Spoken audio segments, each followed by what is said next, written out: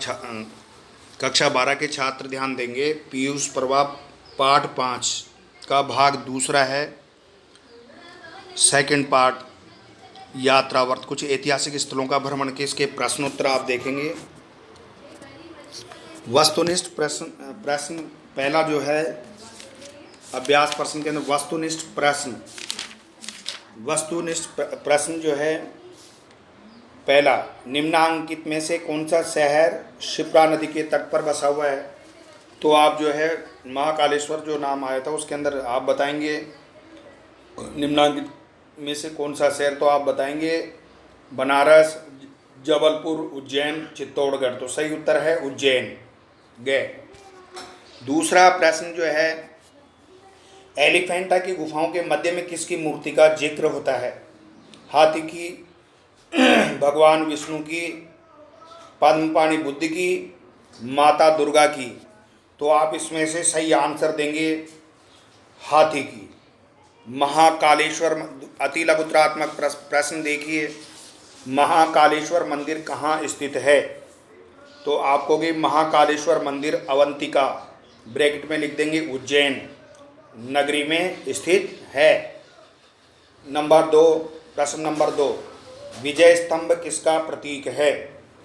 तो विजय स्तंभ,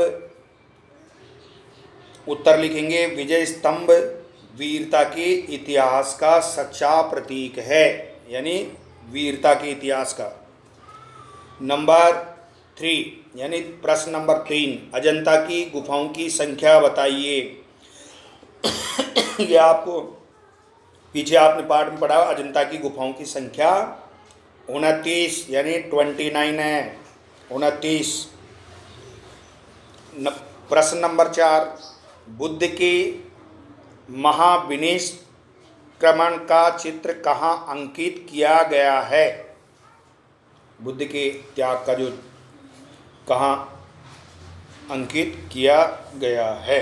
तो इसका आप लिखोगे अजंता की गुफाओं में अंकित किया गया है।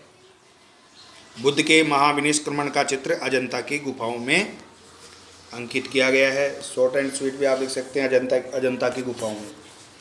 प्रश्न नंबर फिर ये आपके आता है लघुत्रात्मक प्रश्न का जो पहला है, लेखक ने चित्तौड़गढ़ की धूलि को बार बार मस्तक से क्यों लगाया? तो क्यों लगाया, इसका जवाब देखिए। इसलिए लगाया क्योंकि, उत्तर लिखेंगे क्योंकि वह धूलि वहाँ के वीरों के शौर्य, त्याग, बलिदान, कष्ट, सहिष्णुता के मान से पूरित होने के साथ ही आत्मसंयमी क्षत्रिय नारियों के जौहर की गाथा से परिपूरित है। विजय स्तंभ वीरता के इतिहास का सच्चा प्रतीक है। महानी वीरता का इतिहास विजय स्तंभ से जुड़ा है। महान वीरता का इतिहास विजय स्तंभ से जुड़ा है। लेखक को ऐसे लगा जैसे विजय स्तंभ का एक एक कण, एक एक पत्थर अपने अंदर छिपी वीर गाथाओं को सुना रहा है। प्रश्न नंबर 2, एलिफेंटा की गुफाओं में शिव को किस किस रूप में अंकित किया गया है? स्पष्ट कीजिए। तो आप लिखेंगे, बिट्टू टीवी की आवाज़ कम। एलिफेंटा की गुफाओं में सबसे प्रसिद्ध मंदिर जो है भगवान शिव जी का है। इसमें भगवान शिव के तीनों रूप सर्जनहार, पालनहार और प्रलंकार अंकित किए गए हैं। मतलब तीनों रूपों में बताया गया, मतलब सर्जनहार, पालनहार और प्रलंकर। इस गुफा में शिव के तांडव नृत्य का एक मनमोहक दृश्य है और एक शिला पर उनको भावमग्न रूप में अंकित किया गया है। इसके साथ शिव जी को नटराज के रूप में भी अंकित किया गया है, दिखाया गया है। उनके इस रूप में सर्जनकारी नृत्य की अभिनव छवि भी दिखाई गई है, जिससे ब्राह्मण कला में उच्च स्थान प्राप्त है। इसकी तक्षण कला भी अद्भुत है, बनावट या स्थापत्य कला। देखने वाले की दृष्टि इसके प्रति सहज ही अनुरक्त हो जाती है, एक टकटकी लगाकर देखते रह जाते हैं। प्रश्न नंबर 3 है, अजंता की गुफाओं में राजकीय जुलूस के प्रति, अजंता की गुफाओं में राजकीय जुलूस के चित्र की प्रमुख विशेषताओं का उल्लेख कीजिए। अजंता की गुफाओं में राजकीय जुलूस के चित्र की प्रमुख विशेषताओं का उल्लेख कीजिए। तो आप देखो, उल्लेख कर दो, उत्तर लिखो कि अजंताओं की, सुनिए, अजंता की ये विशेषताओं का उल्लेख कीजिए, तीसरा। तो आप उत्तर लिखिए। अजंता की गुफा का महत्वपूर्ण चित्र राजकीय जुलूस का है, जिसमें बहुत से आदमी सज धज कर जाते दिखाए गए हैं। किसी ने छाता ले रखा है, किसी के हाथ में बजाने की सरंगी बाजा है। जुलूस में स्त्री पुरुष दोनों शामिल हैं। चित्र सुंदर है। स्त्रियों के हाथों में सुंदर कंकण अर्थात जो हाथ में पहनने के आभूषण हैं, गले में हार पहने हैं, कानों में सुंदर कर्णावतन यानी कान के सुंदर आभूषण हैं। स्त्रियों की कमर पतली और लचीली बताई है। वक्ष स्थल सूक्ष्म वस्त्रों से ढका हुआ, मुद्राएं कटाक्षपूर्ण, ऐसे लगता है मानो कनकियों से यौवन मद अनुराग लिप्सा टपक रही हो। प्रश्न नंबर 4, बोधिसत्व पद्मपाणि चित्र के बारे में देवी निवेदिता के विचार लिखिए। देखो निवेदिता ने क्या विचार प्रकट किए हैं। तो निवेदिता ने अपने विचार व्यक्त करते हुए लिखा है, ये चित्र संभवतया भगवान बुद्ध का सबसे बड़ा कल्पनात्मक प्रदर्शन है। ऐसी अद्वितीय कल्पना का पुनः साकार हो सकना असंभव सा ही है। उसके बाद में आ जाइए आप निबंधात्मक प्रश्न। अजंता की चित्रकला में भारतीय संस्कृति का आदर्श किस तरह प्रकट होता है, वर्णन कीजिए। कर दो वर्णन। अजंता की चित्रकला में भारतीय संस्कृति का आदर्श कमल पुष्प लिए हुए भगवान बुद्ध के चित्र में जहाँ स्पष्ट रूप से परिलक्षित होता है, वहीं राज के जुलूस में शामिल स्त्री पुरुषों के माध्यम से परिलक्षित होता है। स्त्रियों का पहनावा, उनके हाव भाव जहाँ भारतीय संस्कृति के आदर्श रूप को प्रकट करते हैं, वहीं पुरुषों के हाथों में सुशोभित छाता और श्रृंगी बाजा भी आदर्श रूप को प्रस्तुत करने में सहायक हैं। इनके अलावा चित्रकला में समाई सादगी, समानता, सौंदर्य भावना और आनंद की भावना भी भारतीय संस्कृति के आदर्श को प्रस्तुत करती है। इसी के साथ प्रश्न नंबर 2, अजंता, एलोरा व एलिफेंटा की गुफाओं के सौंदर्य का वर्णन अपने शब्दों में कीजिए।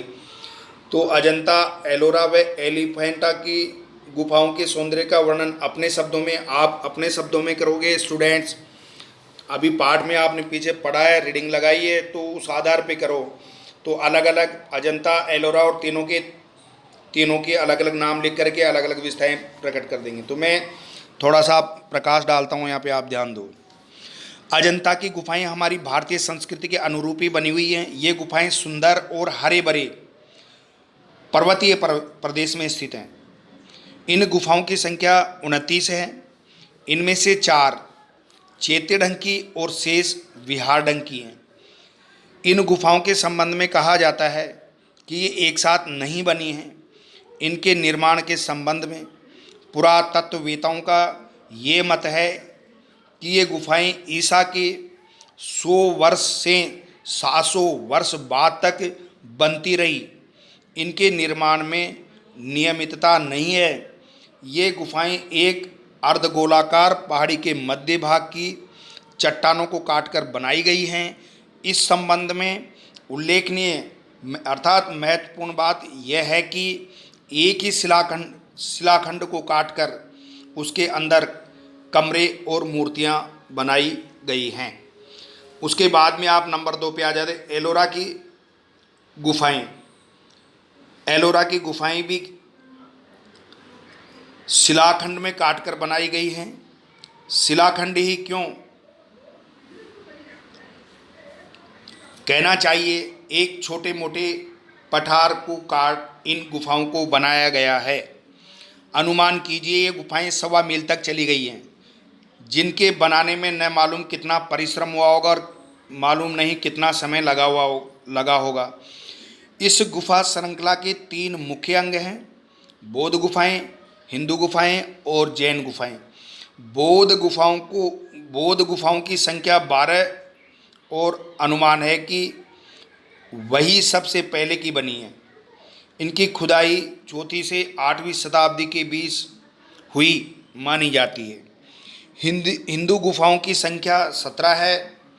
ये बीचों बीच बनी हुई हैं और ये अनुमान लगाया जाता है कि इनकी खुदाई 7वीं और 8वीं शताब्दी में हुई होगी। अंतिम गुफाएं जिनकी संख्या 4 है, ये जैन गुफाएं कहलाती हैं, जिनके बारे में मत है कि इनकी खुदाई हिंदू गुफाओं के बाद ही हुई होगी। उसके बाद में देखो आपके अजंता की गुफाएं हो गई, एलोरा की हो गई, और तीसरी जो गुफाएं वो है एलिफेंटा की गुफाएं। तो एलिफेंटा गुफाओं के विषय में पीछे आपने पढ़ाई है कि इनके विषय में एक कहावत है कि बाहर जो एक हाथी, एलिफेंटा गुफाओं के विषय में हाथी की एक मूर्ति का जिक्र होता है, जिसका अपना इतिहास है। सन 1814 में इस हाथी का सिर टूटकर गिर गया और बाद में उसका शीश अंग भी कई भागों में कट गया। सन 1864 में इस मूर्ति के खंडित अंगों को विक्टोरिया बाग, बम्बई ले जाया गया, जहां इसको पुनः जोड़ा गया।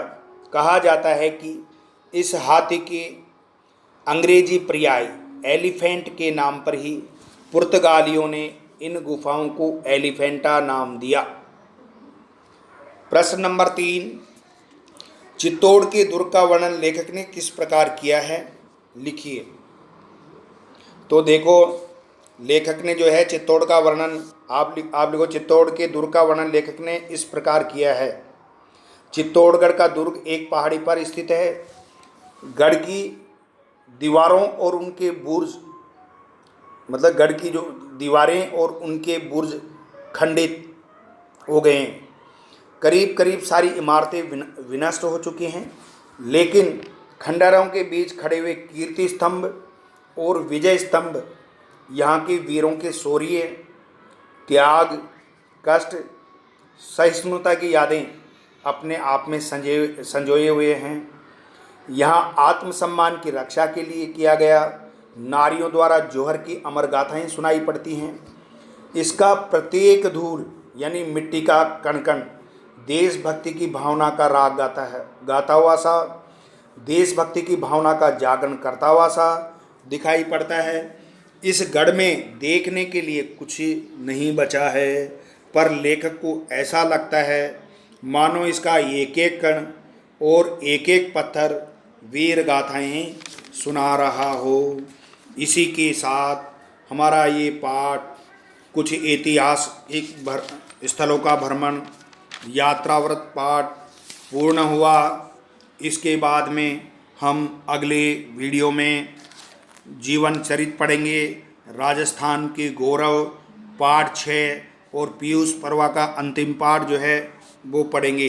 इसी के साथ आपका ये पाठ पूर्ण हुआ। आप होमवर्क करेंगे, याद करेंगे और तैयारी करेंगे।